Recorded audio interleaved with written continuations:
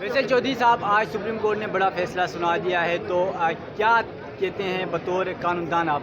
میں آج پاکستان میں آئین کی بحالی اور نظریہ ضرورت کی کو مدفون کرنے پہ سپریم کورٹ کا بہت مشہور ہے، اور میں سمجھتا ہوں کہ سپریم کورٹ نے جو جسٹس منیر کیس کا لگا ہوا کلنک کا داغ دھو دیا ہے، اور سپریم کورٹ آئین اور قانون اور جمہوریت کے ساتھ کھڑی ہوئی ہے۔ یہ بہت تاریخی فیصلہ ہے، بہت تاریخی دن ہے۔ اس میں اس عدالت کی جتنی تحسین کی جائے وہ کم ہے۔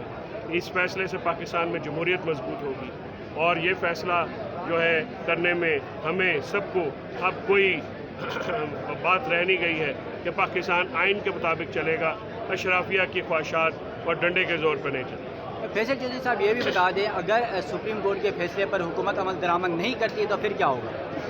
وہی ہوگا جو یوسر رضا گیلانی کے ساتھ ہوا، وہی ہوگا جو کہ جیل بھی جائیں گے، اور وہی ہوگا حکومت سے بھی جائیں گے۔ یہ جو باتیں کر رہے ہیں یہ اسی طرح سے ہوگا جیسے انہوں نے بائیکاٹ کیا تھا۔ بائیکاٹ آپ کو پتہ نا کہ پہلے کہہ کے تو پھر سیدھا چیف جسٹس صاحب کے بوٹوں کے نیچے جا کے ہاتھ لگائے ان کے وکیلوں نے کہ سر مہربانی کریں۔